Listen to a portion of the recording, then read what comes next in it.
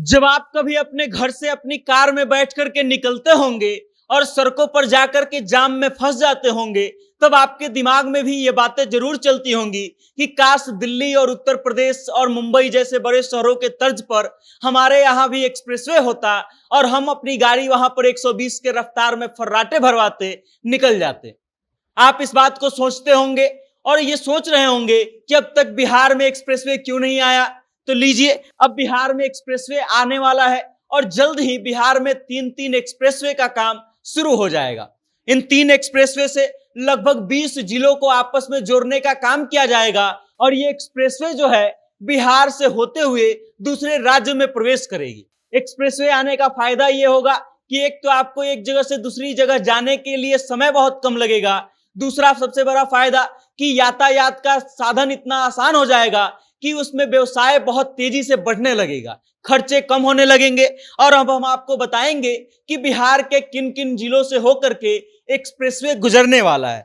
अगर हम बात करें तो सबसे पहला एक्सप्रेसवे जो है वो गोरखपुर सिल्लीगुड़ी एक्सप्रेसवे है। 25,000 करोड़ रुपए की लागत से 520 किलोमीटर लंबा ये ग्रीनफील्ड प्रोजेक्ट जो है बिहार के कुछ जिलों से होकर के गुजरेगा और उत्तर प्रदेश से पश्चिम बंगाल को जोड़ने का काम करेगा। और बिहार के जिन प्रमुख जिलों को इस एक्सप्रेसवे से जोड़ा जाएगा वो है किशनगंज, सहरसा, सीतामढ़ी, मधुबनी, मुजफ्फरपुर, छपरा और गोपालगंज। इन जिलों से होकर के ये एक्सप्रेसवे जो है 520 किलोमीटर लंबा एक्सप्रेसवे जाएगा और इस कारण से इन जिलों को आपस में जोड़ना काफी आसान हो जाएगा। इन जगहों के लोगों को एक दूसरे जगह पे जाने में बहुत आसानी होगी और उसके अलावे यातायात के साधन जो है बहुत सुलभ तरीके से उपलब्ध हो जाएंगे।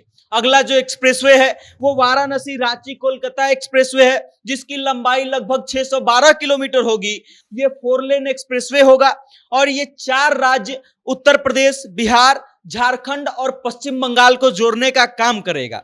इसमें से बिहार के जो जिले गुजरेंगे इस एक्सप्रेसवे से होते हुए वो है कैमूर, औरंगाबाद, रोहतास और गया। इन जिलों से होकर के ये एक्सप्रेसवे गुजरेगी। और उसके बाद जो तीसरा एक्सप्रेसवे है वो है रक्सौल और हल्दिया एक्सप्रेसवे।